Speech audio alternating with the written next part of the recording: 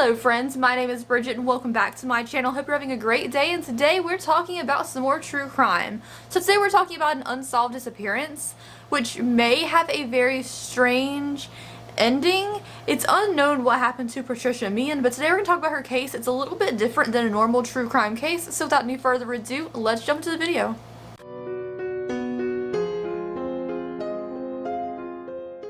Okay, let's go ahead and get started with this story. So firstly, I mean no disrespect to Patricia or any of her family, and if I get anything wrong, I do apologize. You can correct me in the comment section down below. Let's go ahead and get started talking about the case of Patricia Meehan.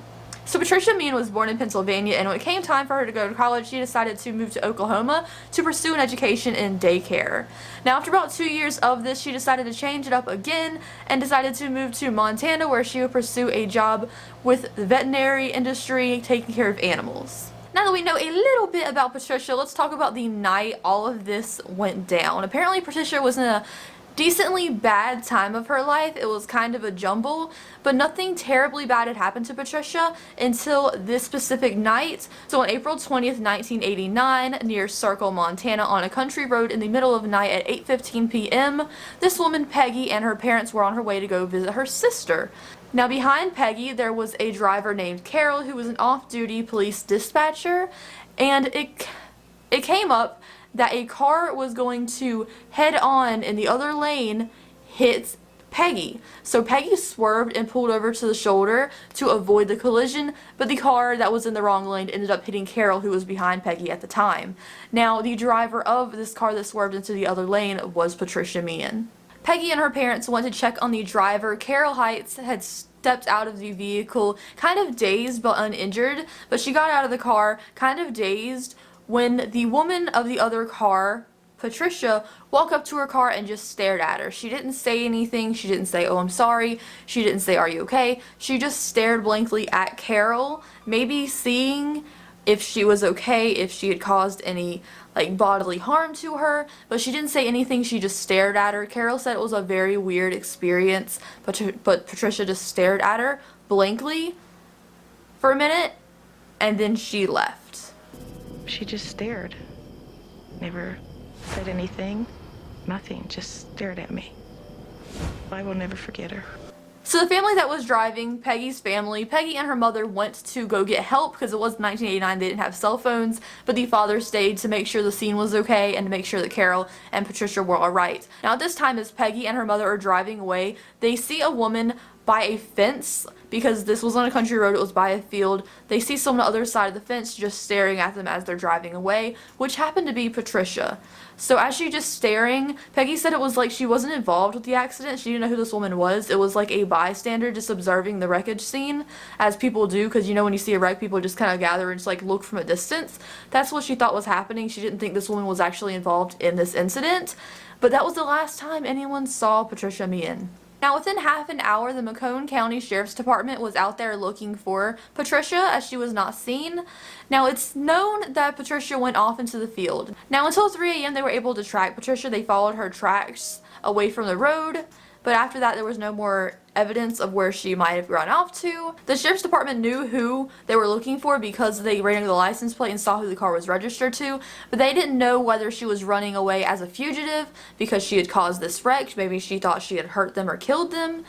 They didn't know if they were looking for someone who was sick, like someone mentally ill, or if they were looking for someone injured, if she had gotten injured in the accident, because no one was there to check on her and make sure she was okay after hitting Carol's car. Now, there are a couple of theories as to what might have happened to Patricia, because that's all we know. All we know is that she went off into the darkness and has never been seen again. So there are a couple of theories about what happened to Patricia, because the last we know of her, she just walked off into the night. There's a couple of theories here. So the first theory is that she hitched a ride with a random stranger. She just hitched a ride with a car. She was a nice young woman, so someone will probably pick her up as a hitchhiker and take her away from the scene. Or maybe she hitched a ride off a hay truck that was parked about half a mile from the scene. She had walked off, and about half a mile down the road there's a hay truck she could have stashed on top of, kind of hid beneath the piles of hay, and got away that way. But either way, the first theory is that she hitched a ride and got out of the scene immediately. The second theory is that she has amnesia. Now, this is what her parents believe. they adamantly like believe that she's alive. They think she's okay. They wonder like if she's being cared for properly, but they adamantly believe that she is out there with amnesia. She's been spotted at least 100 times like across the whole area. One of the biggest sightings, like most obvious sightings of Patricia, is at a diner in Montana about 30 minutes from where she went missing. This was quite a while later, but she's been mostly spotted at truck stops. Sometimes she's seen crying, but it seems like she's just on the go all the time. So the experience where Patricia was seen at the diner about 30 minutes from where she went missing, she came in early morning around 8:40 and asked for breakfast. She asked how long it would take, and they said they have breakfast ready in about 10 to 15 minutes, so she would be in and out really fast if she was going to work. But she said she wasn't going to work, she was just going to go shopping, which made the waitress like, huh, you have to be there a specific time for shopping. It doesn't really seem like something you'd be worried about.